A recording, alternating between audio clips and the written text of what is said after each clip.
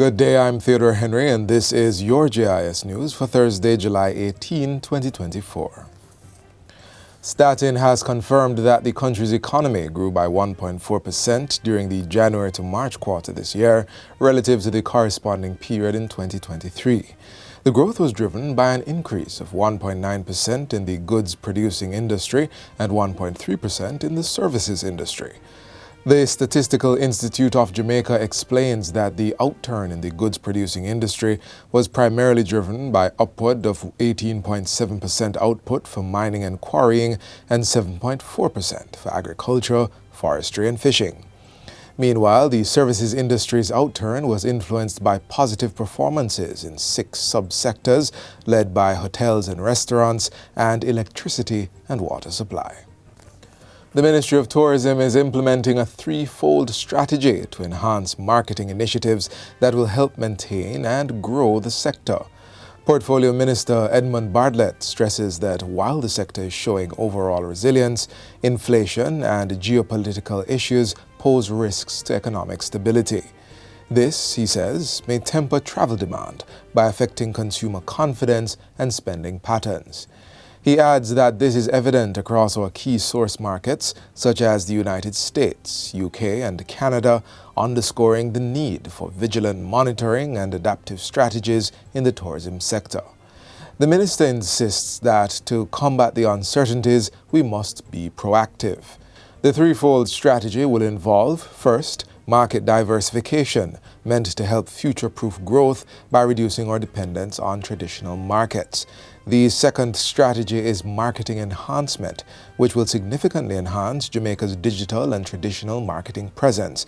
And the third element is airlift improvement, which includes exploring new routes and partnerships to ensure the island remains easily accessible to visitors from around the world. We will continue to invest heavily in our tourism infrastructure and product development. Our goal is to offer unique, highly quality experiences and set Jamaica apart from other destinations.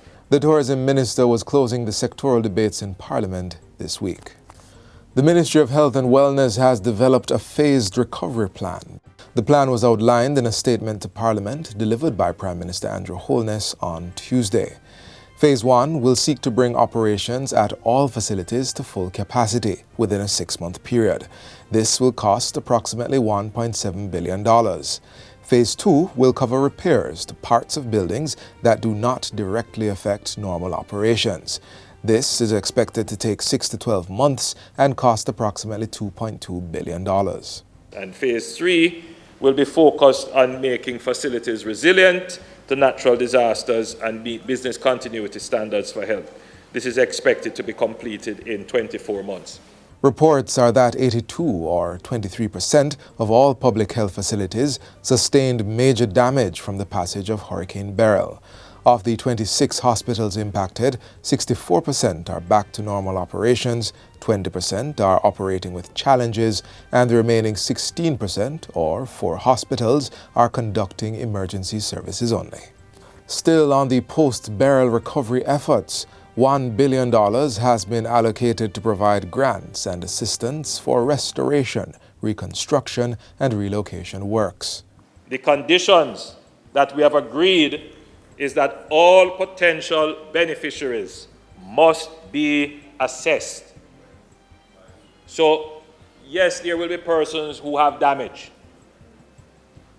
but not every house that is damaged will qualify for grants for restoration, reconstruction, and relocation. Prime Minister Andrew Holness has also announced several measures to be implemented through the National Housing Trust, NHT. There is the peril insurance for NHT mortgages. The NHT will give a moratorium for NHT mortgages, and there is a special home improvement loan for roof and home repairs due to the hurricane. And we will also give a special home grant for vulnerable NHT contributors who sustained damage in the wake of Beryl. All NHT mortgages are covered by the NHT's blanket house owners comprehensive policy, which includes coverage for damage caused by but not limited to fire, hurricane, windstorm, storm, tempest, cyclone, tornado, hail, full flood, and impact damage, however caused. The NHT will also extend a special 6-month moratorium to approved mortgages affected by the storm based on an assessment of their income and recovery ability. Among the other relief measures is a special home improvement loan for mortgages. This is a special facility aimed at supporting mortgagors who may need to supplement insurance arrangements in order to adequately complete repairs. This facility is also intended to support NHT contributors, including those who do not currently have a mortgage but may have suffered property damage due to hurricane. The NHT will also be contributing $200 million to the national restoration effort for Hurricane Beryl. Meanwhile, the National Water Commission (NWC) has begun the deployment of roving generators to power pump stations that are without electricity. The aim is to provide potable water to the 15% of customers who are still without regular supply and are served by approximately 300 pump stations that were impacted by Hurricane Beryl. Prime Minister Andrew Holness has instructed the NWC to rent every available and appropriate generator to give support to communities where water has not yet been restored. We will be mounting these generators on flatbed trucks so that they can move between communities to allow for temporary reprieve while storage tanks, both households and communities, are refilled. We are targeting approximately 50 of these mobile generators to work in parallel with the JPS effort. The roving generators are in addition to machines that have been placed at pump stations that serve hospitals, other medical facilities, and infirmaries. Mr. Holness says the first phase of the initiative to purchase the generators will cost approximately $750 million. As we try to build a weatherproof system, and as we try to build resilience in our public utilities, the government has taken the decision that critical pumping stations for the NWC must have their own backup supply.